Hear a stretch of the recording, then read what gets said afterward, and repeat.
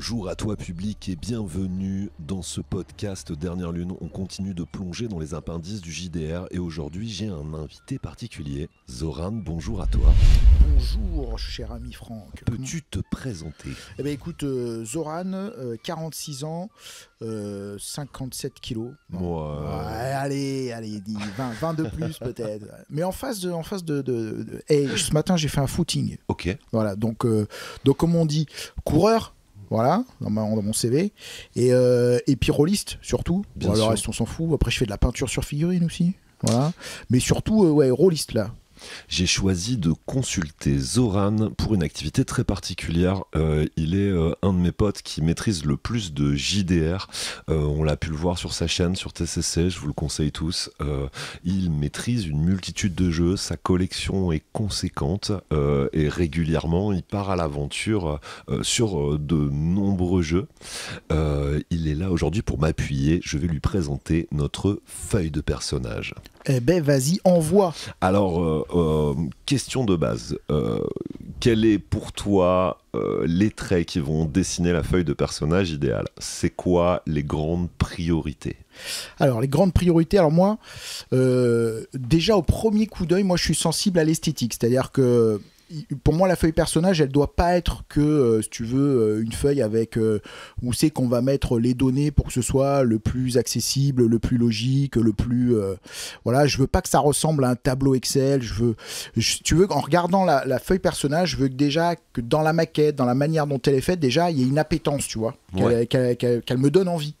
Et si en plus tu peux avec mais là c'est graphiquement c'est encore une étape, mais tu vois par exemple j'aime bien les feuilles personnages où au lieu de te mettre sac à dos, tu vois, ils vont te dessiner un sac à dos, tu vois, et ils vont se démerder avec la typo ou avec quoi que ce soit, te faire comprendre que ben voilà, là tu vas mettre ton matos, tu vois, plutôt que de mettre je sais pas moi pièce d'or 2 points, tu vois, tu me dessines une petite bourse avec quelques pièces 2 points, voilà, je trouve que l'iconographie elle a du bon dans une feuille personnage, et si déjà la feuille personnage esthétiquement elle me donne envie, voilà, je trouve que ça doit coller, ça doit être dans la continuité de l'univers, qu'on ne doit pas sacrifier à l'esthétique d'un univers sous prétexte de dire il faut que ce soit lisible, tout ça, ouais. Alors là t'es au centre du conflit entre moi et Hello, tu sais, moi j'ai toujours envie d'un système exponentiel, mettre des milliards de trucs, qu'il y ait des tonnes d'infos, je suis toujours inquiet de où il va noter les trucs, tu vois, et Hello en fait elle a envie de dire ouais bah tu sais c'est ta carte de visite, c'est par là que tu commences avec les gens, c'est ton premier contact, c'est ton premier soir, faut que ce soit sexy, faut tout de suite que sur la feuille de perso ce soit une espèce de continuité de l'aventure, presque dans la veine de l'écran de maître de jeu, tu vois, ça doit être dans l'habillage de la table, et donc elle a fait beaucoup de recherches, tu vois, pour essayer de trouver des trucs qui lui conviennent. Je sais qu'à ce jour elle est toujours pas arrêtée, on a un prototype à te présenter, donc on peut pas non plus s'arrêter sur sa version définitive graphique, mais ouais, tout d'abord tu dis sois sexy. Bah, sexy, et après on a un recto verso, donc ça empêche pas aussi d'imaginer sur le verso peut-être de rentrer dans des informations secondaires, mais si déjà dans le verso je te dirais tu as les informations essentielles pour pouvoir évoluer en jeu, voilà, va dans le sexy, et après sers-toi enfin dans le recto plutôt, tu mets tes informations essentielles et sers-toi de ton verso pour peut-être aller mettre les informations qui te manquent, tu vois. Après on peut aussi envisager, on est sur des formats A4, tu peux l'envisager en format paysage aussi, ça c'est pas idiot. Ouais, c'est notre choix pour Dernière Lune, on voulait utiliser un peu cet effet 16:9, tu sais on est des gros amateurs de cinéma, tu vois, et on se dit ouais bah ça passe par un 16:9, et puis après avoir fait des tests sur des petites tables, tu vois, ce format 16:9 aussi est plus propice pour tes jets de cartes et tout, tu vois, t'as un peu plus d'espace devant toi. Si au milieu t'as les potes qui ont sorti le saucisson et l'apéro, tu vois, c'est quand même fonctionnel, même en camping, en bagnole et tout, tu vois, le format panoramique, quoi. Ouais, mais je suis d'accord, il y a pas mal de jeux qui vont pas là-dedans, alors que je trouve que c'est un format qui fonctionne complètement. Ouais, trop content. Esthétiquement, en plus, c'est joli, ce format 16/9, et comme tu dis, ça rappelle le format cinéma, donc c'est pas idiot. Et puis on peut y mettre autant que sur une feuille A4, c'est juste qu'on l'a tourné dans l'autre sens, donc on va organiser ces informations autrement, mais on n'y perd pas en quantité d'infos qu'on va pouvoir mettre, quoi. Bien sûr. Les gars, on se positionne dans les commentaires, hein, horizontal ou vertical. Je parle bien sûr de la feuille de personnage. Ah, pas d'accord. de Mais d'accord, tu as raison, précise-le. On a des coquins, il peut y avoir des coquins. Excellent, excellent, ça me paraît super clair. Il y a le nombre de pages de personnages aussi que moi j'ai découvert que dans différents jeux de rôle, tu vois, on partait sur 3, 4, Ouais, 5. ouais, alors après, si c'est nécessaire, pourquoi pas. Moi, je pense que déjà, on peut exploiter recto verso. Je pense que si tu ajoutes des pages, alors ça peut être justifié quand par exemple, tu as des sorts ou des choses comme ça, mais je crois que dans Dernière Lune, c'est pas le cas. Donc voilà, on va pouvoir se passer de ça. Après, on peut aussi faire confiance tout simplement à la bonne vieille feuille blanche que va prendre le joueur et sur lequel il va annoter à sa manière les infos qu'il a envie de mettre là-dedans. Donc ça peut être des notes de campagne, ça peut être des noms, ça peut être des objets, des pouvoirs un peu spéciaux, voilà. Que toi, tu aies prévu dans ton recto verso les informations qui sont relatives aux mécaniques que vont activer ton jeu, c'est très bien. Si en plus tu peux faire les calculs en amont, tu vois, par exemple, bah voilà, si tu sais que tu vas ajouter force plus tel truc ou tel truc pour déterminer une caractéristique, bah si dans ta feuille perso tu peux avoir le résultat final, par exemple, de ton score de combat à ajouter au corps à corps, tu vois, et après tu as juste à tirer une carte en l'occurrence, puisque c'est un système de cartes dans ton jeu pour déterminer le score final, voilà, c'est intéressant, plutôt que de saucissonner, de dire tiens je vais aller chercher telle info en haut à gauche, telle info en bas à droite, et c'est en ajoutant ces deux valeurs que je vais déterminer, si tu veux, avec l'ajout d'une carte, le résultat à atteindre. Donc il faut une certaine immédiateté dans les infos que tu vas mettre, et ça t'empêche pas de les détailler, parce que tu as peut-être besoin de, si tu veux, de déterminer comment ce résultat est obtenu, parce que c'est la combo de telle et telle caractéristique. Mais si tu peux après, dans une sous-caractéristique, ajouter ces deux caractères, parce que tu sais que ça va revenir souvent dans ton jeu, qu'on va souvent convoquer le combo de ces deux éléments à calculer et à ajouter, plus une valeur que tu vas déterminer au hasard, si tu peux en amont déjà mettre ce pré-résultat là dans ta feuille aussi, ça c'est intéressant. Ok, moi je te cache pas que j'ai une vraie passion pour les feuilles de perso depuis tout petit, tu vois, genre je garde mes feuilles de perso de tous les jeux, alors j'en ai tu sais qui sont découpées avec des trucs dans des Dragon Magazine, des Casus Belli, des mauvaises illustres au crayon gris, tu vois, je suis un fétichiste presque, tu sais, de la feuille de perso. Pour moi c'est des tranches de vie, des moments d'histoire quand tu joues à tel ou tel jeu, et pour Dernière Lune on en a fait beaucoup. Je m'explique, on a fait des feuilles de véhicules à vapeur où tu vois le châssis du dessus, tu vois, on a fait des toutes petites feuilles pour les familiers quand t'es un dresseur, Kaltan, on a essayé de faire des trucs pour des généraux d'armée, tu vois, quand t'as des batailles de masse. Je pense que c'est quelque chose qu'on verra dans les extensions. Moi j'aime bien les feuilles de perso, presque il me faudrait une feuille de perso par joueur, tu vois, pour que je sois satisfait. Je suis incapable pour le moment de me dire ouais bah voilà c'est le graphisme pour tout le monde, tu vois, t'es une crapule, t'es un joyeux, t'es un traître, t'as une montagne de muscles, t'as la même feuille de perso, et je suis là, c'est chaud de trouver un graphisme universel, tu sais, qui habille tout le temps bien ton univers. Je laisse Hello se dépatouiller avec ça, puis en plus tu vois je suis pas cool, je charge, tu vois, de trucs que j'ai envie qu'ils soient dessus, tu vois. Et ouais, c'est pas évident de décider, tu vois, et de visualiser quel est le bon graphisme adéquat, quoi, tu vois. C'est quoi pour toi l'erreur ultime? C'est-à-dire, genre, surtout pas ça, tu vois. Genre, il y a des trucs que j'ai détestés, ça c'était dégueu, cette feuille de perso, je la vois, j'ai des boutons, j'ai peur, tu vois. Bah, moi je te dis, c'est la feuille de perso qui déjà n'a pas de considération esthétique. C'est-à-dire que tu as des fois des feuilles de personnages qui ont pour seul et unique objectif, tu le sens dans la manière dont elles sont organisées, de te donner le maximum d'informations avec la meilleure lisibilité, si tu veux. Mais souvent au sacrifice de l'esthétique. C'est-à-dire on s'en fout de la typo, on va mettre ça sous le forme d'un tableau Excel, un truc croisé, j'en sais rien, pour que ce soit juste hyper facile à consulter, tu vois, ou de mettre le maximum d'informations à l'intérieur. Je trouve qu'il faut pas céder à ça. Il faut quand même que quand tu mettes, je veux dire, tu vas l'avoir. C'est comme un écran de jeu, quoi. Ta feuille perso, tu vas naviguer dedans régulièrement. Et c'est quand même, comme tu le dis, moi je me souviens quand je suis minot, je veux dire, quand je regarde une feuille de perso, je commence déjà à voyager dans ma tête, quoi. Et si esthétiquement la feuille de perso elle a pas ces considérations là, ça va être triste. Donc moi toutes les feuilles perso où on s'est dit non mais il faut que ce soit fonctionnel et puis l'esthétique c'est secondaire, moi je dis non. J'aurais tendance à dire il faut au moins les deux au même niveau, au moins ça. Voilà. Donc première chose à mon avis, des considérations esthétiques, si tu te départis de ça, que tu te dis non, on s'en fout, faut qu'on ait juste les infos, ouais, c'est hyper triste, quoi. Moi, je sais que Hello, elle a fait un travail énorme d'ergonomie. Si tu veux, ça fait des années qu'elle ramasse les feuilles de perso en fin de campagne, dans les salons, tu vois, et qu'elle les stocke. Je pense qu'elle en a des centaines, tu vois. Et elle regarde où le mec corrige en fait sa feuille de perso. C'est-à-dire, il a écrit un truc dans la marge parce qu'il avait pas la place, tu vois. Il a commencé à gommer un peu. Et donc, elle travaille sans cesse à, tu vois, à essayer d'améliorer cette fluidité de jeu. Je crois que le truc qui me déplaît le plus dans les jeux, c'est le master veut que tu sois dynamique. Le mec, il dit, ok, t'es face à la porte, il est devant toi, qu'est-ce que tu fais? Et toi, t'es sur ta feuille de perso, t'es en PLS, Ouais. tu vois. T'es là, attends une seconde, c'est où dans la feuille de perso, tu vois, le sujet s'évoquer, tu vois. Moi, je pense que ça, c'est la faute la plus grave. C'est tu tues la dynamique de ton master, tu vois, le joueur trouve pas. Bah, d'où l'iconographie, tu vois. Truc tout bête, mais tu vas avoir deux épées croisées, tu vas avoir un arc de dessiné, par exemple. Bah, visuellement, ton œil, il va de suite identifier que c'est à cet endroit-là que se trouve la caractéristique d'attaque au corps à corps, par exemple. Ou c'est à cet endroit-là que je vais pouvoir chercher. Donc si déjà, avec de l'iconographie, du visuel, tu peux de suite donner l'information, c'est déjà très bien, parce que je pense que l'œil, il va de suite identifier quelque chose plus facilement sous forme d'icône que s'il a à le lire. Ouais. En plus, tu gagnes sur l'esthétique, parce que ça te permet d'aller explorer l'esthétique d'une feuille.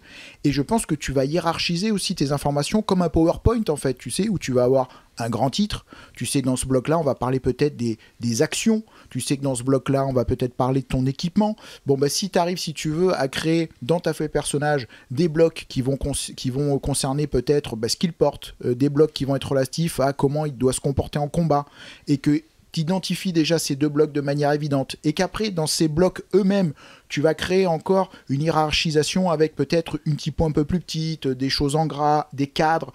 Enfin voilà, il faut essayer, je pense, tu as tout à fait raison, d'imaginer comment, quand on me demande, moi, en tant que joueur, de faire quelque chose, comment le joueur, en un coup d'œil, il va de suite trouver l'information. Et je pense que le meilleur test, c'est ça, c'est tu testes des feuilles de perso, et tu les envoies, et tu dis, t'as expliqué ton jeu, et tu dis au joueur, tiens, voilà, t'es confronté à l'action, l'orque te charge, il lève sa hache entre ses deux épaules, prêt à la battre sur ton crâne, qu'est-ce que tu fais? Et que quand le mec il regarde sa feuille de perso, il puisse de suite identifier, si je veux esquiver, ça va se passer là, si je veux taper, ça va se passer là. Et plus rapidement il trouve l'info, plus rapidement, je dirais, plus c'est un indicateur de réussite de ta feuille, pour moi. Bien sûr.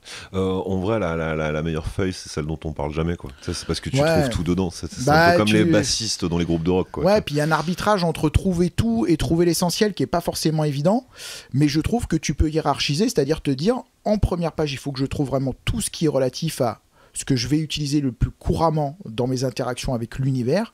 Et après, si j'ai envie d'explorer un peu le background, si j'ai envie de rentrer dans des talents particuliers, des choses que je vais convoquer moi régulièrement, eh ben, je vais aller explorer le verso. Et après, moi, je suis pas contre le fait de rajouter peut-être encore, une feuille supplémentaire. Tu passes sur une troisième feuille, pourquoi pas. Mais au fur et à mesure, tu vas aller explorer effectivement des sous-couches que tu vas convoquer moins régulièrement pour activer ton personnage. Et à un moment donné, on va faire confiance aussi à la petite feuille blanche que le joueur va prendre. Et il a sa propre littérature, il a sa manière de noter les informations, et il faut faire confiance à ça aussi. C'est-à-dire, je pense pas qu'il faille imaginer une feuille qui envisage tout, tu vois. Voilà, il faut envisager les interactions avec l'univers. Après, nous, on a eu la chance d'avoir 10 ans de test, tu vois. La première fois qu'on a fait le JDR, il était pour nous, et donc on est passé par un premier classement de cette feuille de JDR qui avait été imaginé par moi. Il me paraissait ultra logique, tu vois. J'avais rangé tout ce que tu pouvais apprendre dans des livres, dans les connaissances, et j'avais essayé d'orchestrer tout ça en divisant avec des savoir-faire, ce qui était des compétences de l'esprit et tout.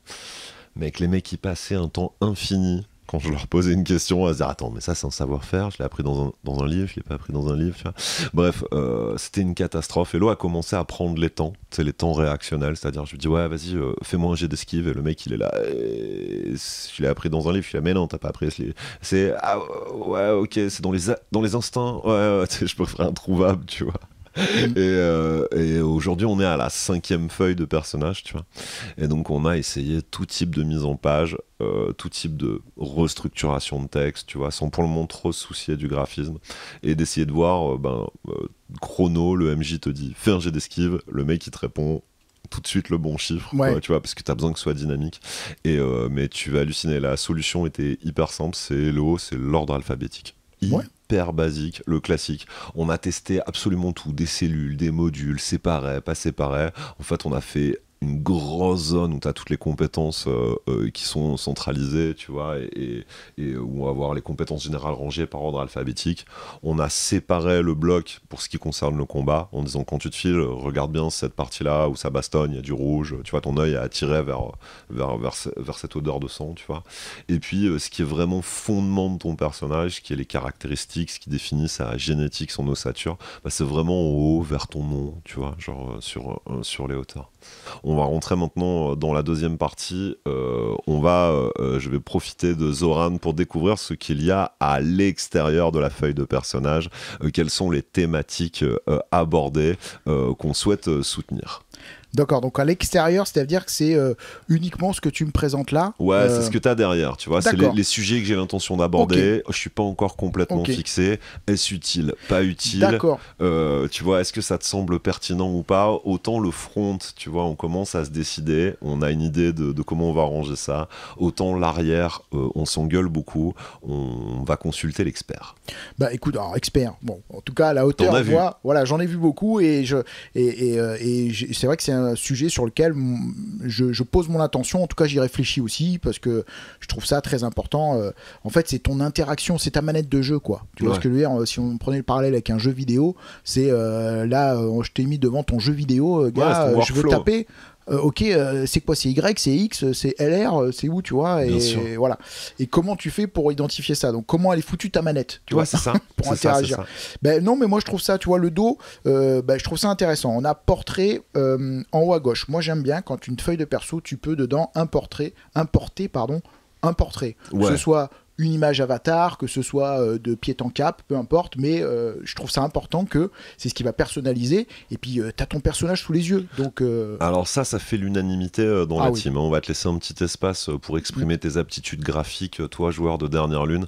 Pas d'excuses de je dessine mal, hein, tu vois, j'ai un tas de dessins aussi éclatés au sous-sol, mais tu vois, je pense que c'est renouer aussi avec ton âme d'enfant. Bien sûr. Laisser parler le stylo, c'est quelque chose de très très cool. Donc ça, très bien. Possession, c'est très bien. Parce que évidemment, ton personnage, il va porter des choses. Alors, est-ce que tu distingues ce qu'il possède de ce qu'il a dans son sac à dos? Je trouve ça intéressant. C'est ça. J'ai bien vu que tu avais fait les deux. Je trouve ça intéressant. Tu pourrais avoir des biens, tu pourrais avoir des terres, un 3 pièces, un meublé à Golas. Tu vois, peut-être t'as un peu... Voilà, des petites possessions, et des fois tu peux monter un background là-dessus. Ouais. Donc je trouve ça très bien que t'aies mis cet onglet possession là, et que t'aies différencié possession et sac à dos. Ouais, c'est pas pareil. Tu l'as sur toi, tu peux le sortir tenant. Tu vois. Exactement. Ouais, tout à fait. Après, je trouve que c'est intéressant, mais ça, si tu l'as au recto, on va dire, sur la première partie, t'as ce que t'as dans ton sac à dos, t'as ce que tu possèdes, et t'as ce que t'as dans les mains. Donc ça peut être intéressant aussi de voir sur la première partie de ta feuille, le recto, quelque part, ce que tu as dans tes mains. Genre objet en main. Genre tu peux être équipé de plusieurs armes, tu vois, mais tu peux tout simplement prévoir une petite colonne à côté en main et tu mets une croix. Ça te permet de naviguer, c'est-à-dire d'enlever une croix, de l'effacer, parce que globalement un personnage, assez souvent, il va avoir quand même les mêmes équipements. Il va avoir son arme fétiche, voilà. Mais que tu puisses tout simplement avec une petite croche, soit une croix ou quoi que ce soit, identifier de manière claire qu'est-ce que j'ai en main. Ça veut pas dire que je l'ai en main tout le temps, mais ça veut dire que c'est ce que je vais sortir quand je dis je sors mon arme, voilà, qu'est-ce que j'ai à porter qui est pas dans mon sac à dos, donc je peux convoquer quand je suis attaqué pour réagir, quoi, tu vois. Putain, j'ai une phase comme ça, j'ai pas mal de potes, tu sais, qui adorent les sports de combat, le béour et tout, tu vois, et donc forcément c'était les premiers que j'ai contactés quand j'ai commencé à bosser sur mon système de combat. Et les mecs, ils prenaient en compte 1 million de critères, tu vois, en me disant, mais non, pas du tout, ça n'a rien à voir, le mec, il a pas une valeur fixe, tu vois, genre ça dépend de... Oui. Et donc, on a commencé à essayer de bosser un espace ergonomique et tout, vraiment dans ce sens-là. On a quelque chose qui était très cool si tu t'intéressais au combat. Tu vois, et donc c'est pas le centre de notre propos dans Dernière Lune non plus, on n'est pas en mode, c'est pas un jeu de baston, tu vois, c'est pas un manga, quoi, et donc ça prenait un peu trop de place, tu vois, et je pense que pareil aussi, c'est un truc, ça a pas quitté mon cœur, tu vois, j'ai toujours ça dans les cartons, un truc un peu picky pour le combat, tu vois, je trouve ça cool.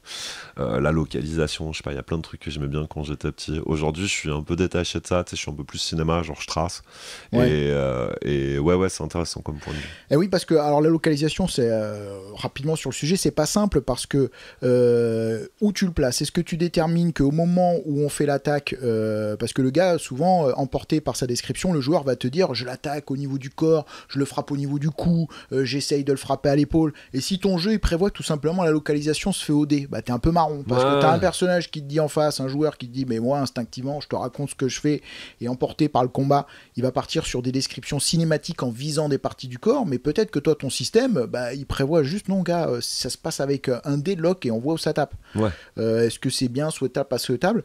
Donc c'est important aussi que Putain, c'est dur de faire des choix, tu sais. bah, de faire des choix, ça va dépendre de ta mécanique. Est-ce que ta mécanique, elle considère que il y a un enjeu dans la localisation?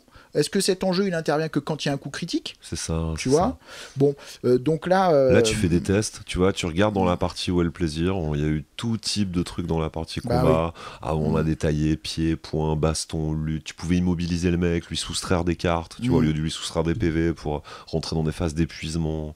C'était infernal. Le MJ avait aussi ses propres cartes combat qui avaient des effets. Tu vois, on est passé par toutes les couleurs de l'arc-en-ciel.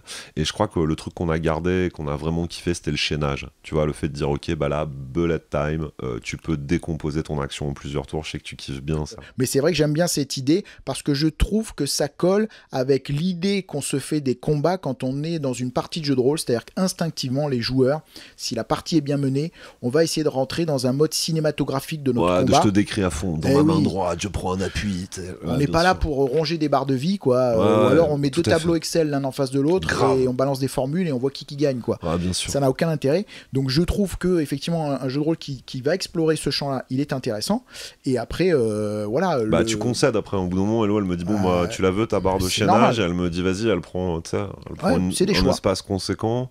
T'es obligé de l'expliquer. Et donc après, voilà, remballe toute ton extension combat, micro détail. Tu vois, elle m'a dit exactement. Ça permet une certaine liberté en plus. Bien sûr. Je vois que tu as mis contact aussi. Enfin, je dis toi, vous, mais c'est très bien parce que un personnage, il se construit aussi beaucoup par les alliances qu'il va nouer, les contacts auprès desquels il est engagé, les personnes à qui il tient. Et moi, je trouve intéressant que dans l'onglet contact, tu puisses soit laisser de la place pour que la personne puisse détailler au-delà du contact peut-être la nature de la relation.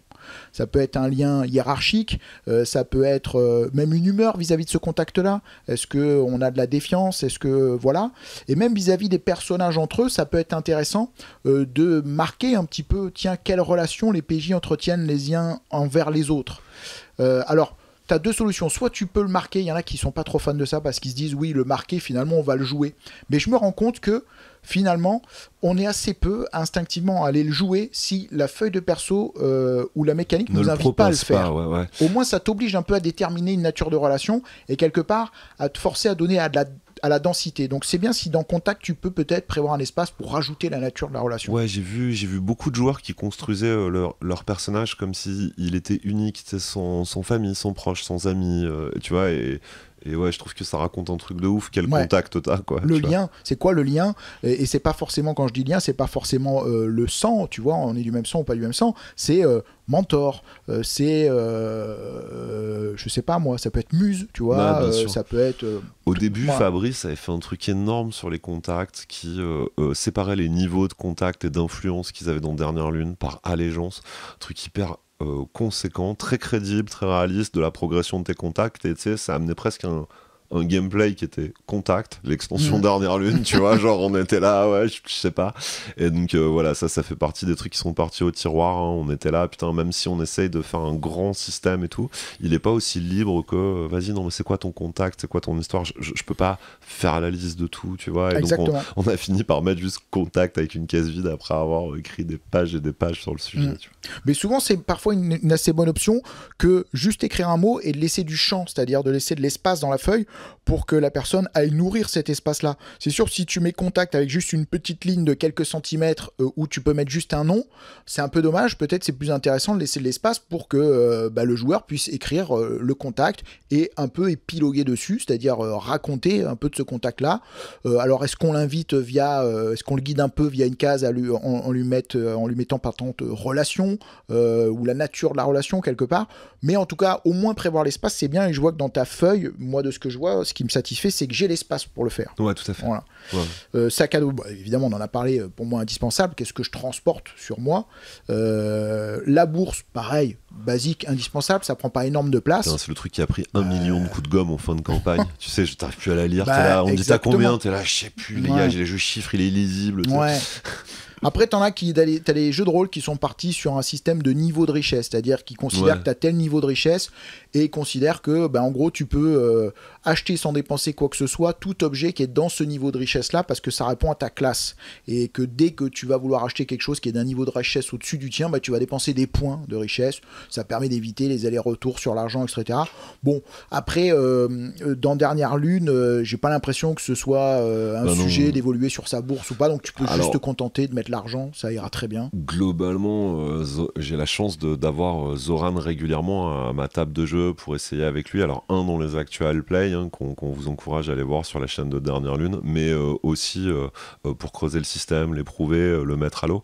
Et Dernière Lune, c'est un monde avec une mécanique aussi un peu à part, où vu que tout le monde est allié, t'as quand même le toit, le couvert qui est gratuit. Si t'es citoyen de l'unification, tu fais partie de cet effort de guerre.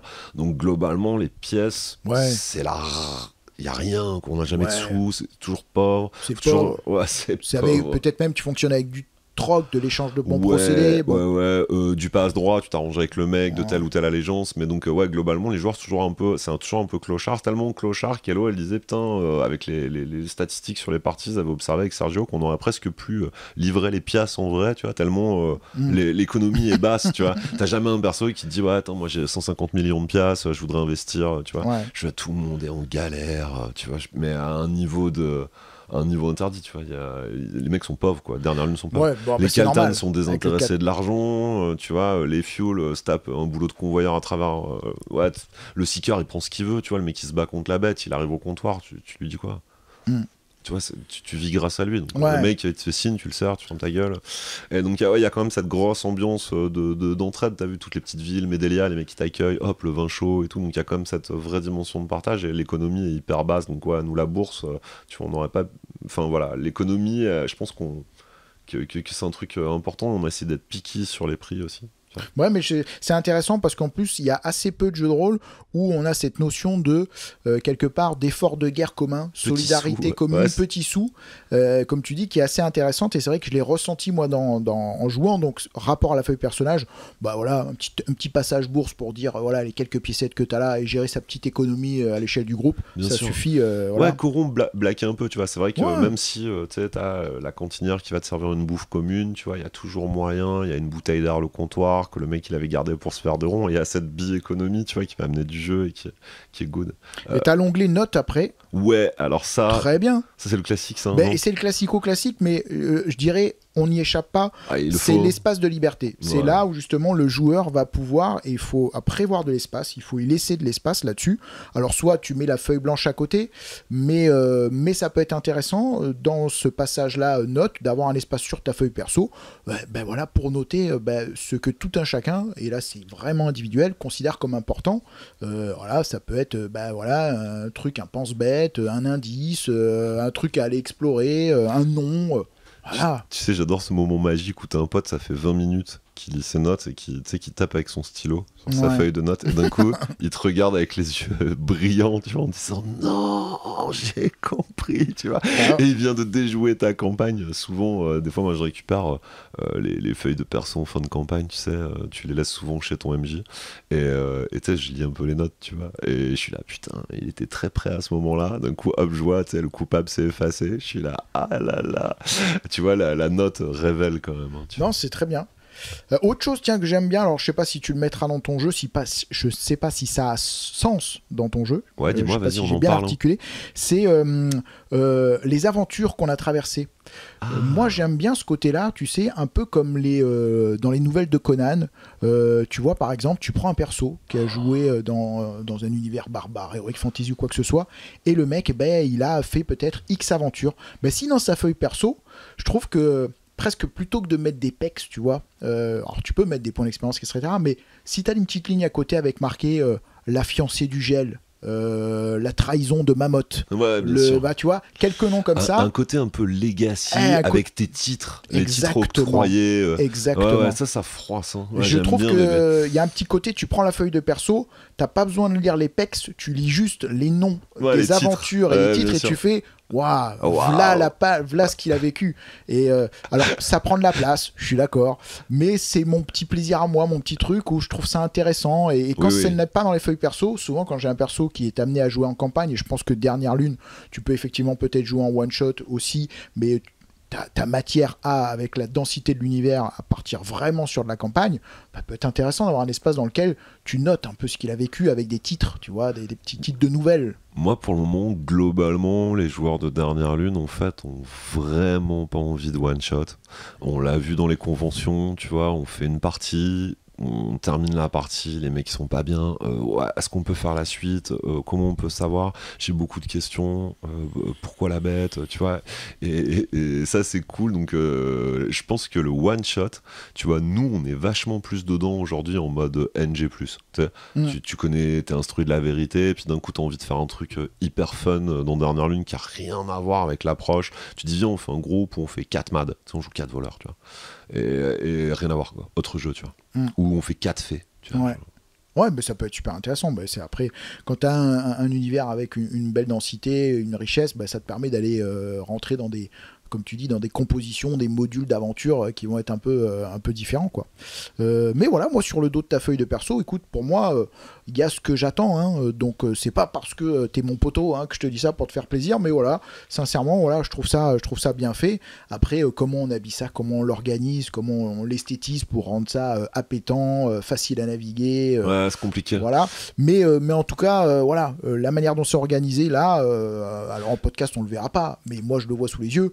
Pour moi, c'est clair, c'est obligé. Je crois que le dernier ajout qu'on fait, on state encore, c'est psychologie ou valeur. Tu vois, genre quelles sont les valeurs de ton personnage, parce que ça a un poids quand même dans Dernière Lune de comprendre pour le MJ quelles sont les valeurs de ce héros. C'est ce qui fait que tu vas pouvoir le carder ou pas, tu vas lui dire putain mec, ok, c'est dans tes valeurs, ça te met en joie, du coup je te file une carte. Donc je crois qu'on va devoir le mettre, les valeurs. De toute façon, à partir du moment où tu as une mécanique dans ton jeu qui a un impact, et là c'est un impact puisque tu vas pouvoir effectivement, si tu respectes tes valeurs, si j'ai bien compris, être récompensé avec des cartes, et donc qui dit carte dit du potentiel d'action, ou être défaussé, c'est-à-dire que vraiment le MJ dise écoute mec, en vrai ça te coûte, le soir t'as du mal à dormir, t'as du mal à trouver le sommeil, tu vois, même si les mecs ils dorment tous dans une super auberge, lui je le sanctionne, je lui rends 3 cartes et demie, tu vois, en disant non mais mec, tu réfléchis, les promesses que t'as fait à ton père, ton passé, tu te souviens de tes valeurs, le mec il fait merde, tu vois. Donc faut le marquer, quoi. Je suis en mode les valeurs de ton personnage, en plus ça t'aide à le construire, à le jouer bien, quoi.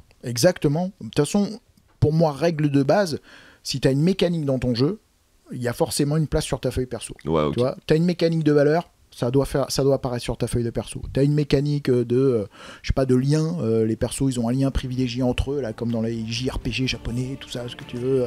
On est les super amis, donc quand on fait une attaque combinée, on a des bonus. Donc voilà, ça doit apparaître sur ta feuille de perso. Voilà, tout ce qui distingue ton univers en mécanique, forcément ça doit apparaître sur ta feuille. Eh bien, mesdames et messieurs, c'est la fin de ce podcast. Je remercie Zoran qui est venu dans le studio Dernière Lune. On se retrouve très bientôt pour de nouvelles aventures impitoyables. En compagnie de beaucoup d'autres invités. Vous saurez tout sur mon jeu de rôle, le détail, les appendices, la profondeur, les secrets et l'inavouable. À très bientôt dans une prochaine émission. Allez, salut à toi!